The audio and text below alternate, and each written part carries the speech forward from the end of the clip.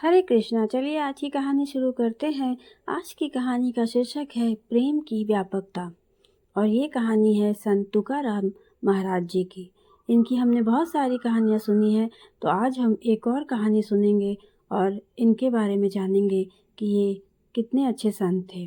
संत तुकाराम महाराज ने देहू गांव के निकट एक गन्ने के खेत की रखवालदारी की थी, इसलिए उस किसान ने उन्हें 25-30 गन्ने बांध कर दे दिए।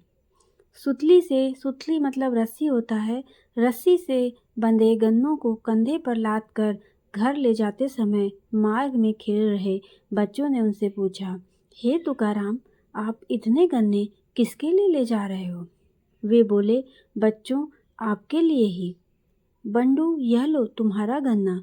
गुंडू, यह लो तुम्हारा गन्ना। और यह लो धोंडू, तुम्हारे लिए भी है। ये वाला तुम ले लो और ये तुम ले लो। ऐसा कहते हुए जब तुकाराम घर पहुँचे तब उनके कंधे पर केवल एक ही गन्ना और गन्ने बांधने की रस्सी बड़ी गेंडली बची थी। यह कृत्य देखकर उनकी पत्नी आंवली अत्यंत क्रोधित हो गई। हमें मिले हुए गन्ने दूसरों के बच्चों को देकर हमारे बच्चों के लिए कुछ नहीं लाए। इसलिए उसने उन्हें अपशब्द कहना शुरू कर दिया और क्रोध के आवेश में उस गन्ने के टुकड़े से उनके पीठ पर एक प्रहार कर दिया।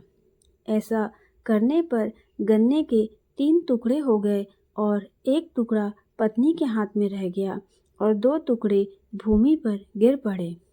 तब संत तुकाराम महाराज ने उसे शांति से कहा, आंवली, तुम कितनी बुद्धिमान हो।